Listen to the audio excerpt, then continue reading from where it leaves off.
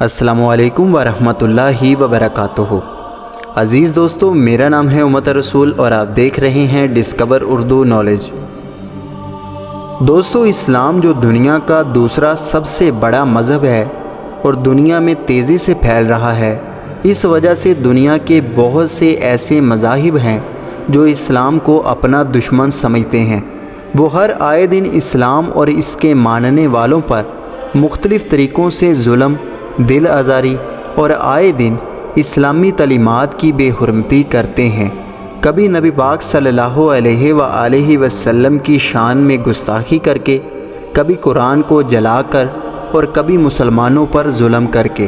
ایسے بہت سے طریقے ہیں جن کو کفار مسلمانوں اور اسلامی تعلیمات کو بدنام کرنے کے لیے استعمال کرتے ہیں۔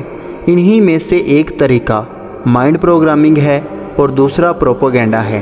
یہ ایسے ہتھیار ہیں جنہیں کفار بہت ہی عمدہ طریقے سے استعمال کر رہے ہیں، اور چونکہ آج ان کے پاس پاور بھی ہے اور پیسہ بھی، اس لیے آج وہ مسلمانوں کے پیچھے ہاتھ دھو کر پڑ چکے ہیں، اور یہ بات کسی سے ڈکی چھپی نہیں ہے۔ اور اگر کہا جائے کہ کفار نے $200 ملین مسلمانوں کی دل آزاری، ان کو نیچا دکھانے کے لیے، ان کے نبی کی بے حرمتی اور ان کے خدا کی بے حرمتی کرنے کے لیے، ان کی اسلامی تعلیمات کی بے حرمتی کرنے کے لیے، ان کو دہشت گرد ثابت کرنے کے لیے اور دجالی فتنے کے دور کا ایک عکس دکھانے کے لیے $200 ملین لگائے ہیں، تو یہ کہنا غلط نہ ہوگا۔ اور اس $200 ملین سے دنیا کے اربوں لوگوں تک کفار کے پروپیگنڈے کا اثر جا چکا ہے۔ اور اس کی اگر زندہ مثال دیکھنی ہے تو ونڈر وومن 1984 اس کی زندہ مثال ہے، جس میں ایک نہیں، دو نہیں، بلکہ متعدد جگہوں پر اسلام کی توہین کی گئی ہے۔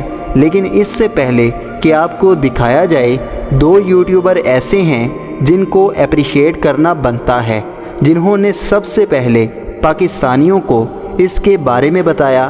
ایک ہنسی ٹی وی اور دوسرا التماش شیخ ہے۔ تو چلیے شروع کرتے ہیں اپنا معلوماتی سفر۔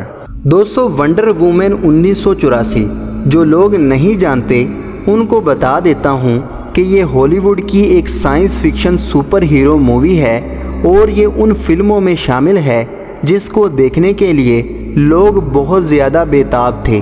اس میں مسلمانوں اور خصوصاً عربوں کو بہت زیادہ ٹارگٹ کیا گیا ہے۔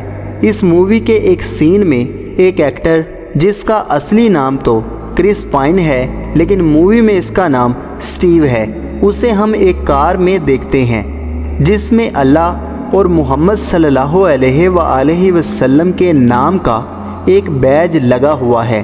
اور اس کی وجہ یہ ہے کہ چونکہ یہ لوگ ایک عرب کنٹری میں یعنی مصر میں ہیں اور وہ مسلمانوں کا ملک ہے، اور یہ ایک مسلمان کی گاڑی میں سفر کر رہے ہیں، لیکن جب وہ شخص اس لڑکی کی مدد کرنے کے لیے گاڑی کے سامنے والے شیشے سے باہر نکلنے کی کوشش کرتا ہے، تو اس سے پہلے وہ اس بیج کو ایسے غصے کے ساتھ ہاتھ مار کر باہر پھینک دیتا ہے جیسے وہ کوئی بیکار اور نعوذ باللہ گھٹیا چیز ہو۔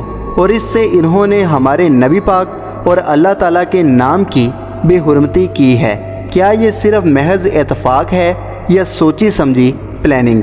پھر اس لڑائی میں اس مووی کی ہیروئن لڑکی اپنے جوتے ایک عربی نام پر رکھتی ہے، اور دوسروں کا تو مجھے پتہ نہیں، لیکن سعد ایک صحابی رسول کا نام ہے، اور ہم کسی بھی نام کو جو عربی زبان کا ہو اسے نیچے نہیں گرنے دیتے، لیکن یہاں پاؤں اوپر باقاعدہ دکھائے جا رہے ہیں۔ اب میں آپ کو دجال کا ایک عکس دکھانے جا رہا ہوں۔ جنہوں نے مووی دیکھی ہے ان کو تو سمجھ آ جائے گی، لیکن جنہوں نے نہیں دیکھی ان کو بتا دوں، یہ پوری مووی ایک پتھر اور ایک ایسے شخص کے گرد گھومتی ہے جو اس مووی کا ویلن ہے۔ اس کا نام میکسویل لارڈ ہے، جو ایک عام سا شخص ہے، اس میں کوئی خاصیت نہیں ہے، لیکن وہ ایک ایسے پتھر کو جذب کر جاتا ہے جسے ڈریم سٹون کہا جاتا ہے۔ یعنی اس پتھر کے سامنے جو بھی خواہش مانگی جائے وہ آپ کی ایک چیز لیتا ہے اور خواہش پوری کر دیتا ہے۔ وہ چیز آپ کی صحت ہو سکتی ہے، آپ کی خوبصورتی ہو سکتی ہے، آپ کے دل کا سکون ہو سکتا ہے،